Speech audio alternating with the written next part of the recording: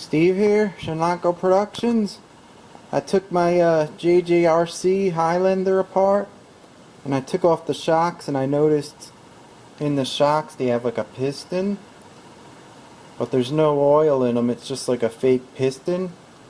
So what I'm going to do is clean this out.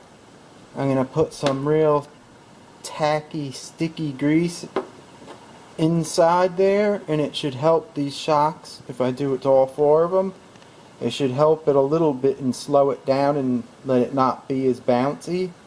So that's just a little trick you could do. Also, I hated when you took this apart.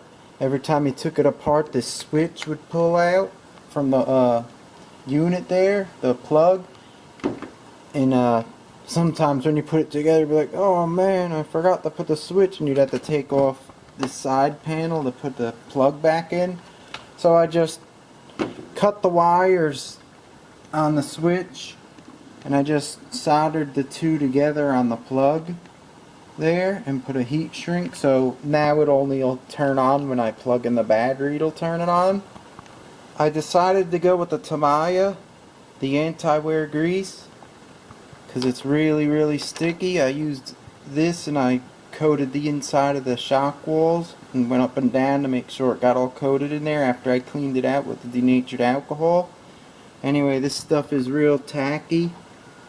You see when you just barely touch it. So that's what I decided to put in the shocks and coat them inside.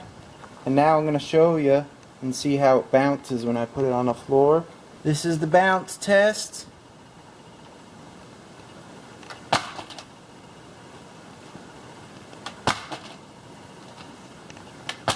Seems like it don't bounce as much. Looks like it worked. It looks like it doesn't bounce nearly as much, but I don't know how long it'll last.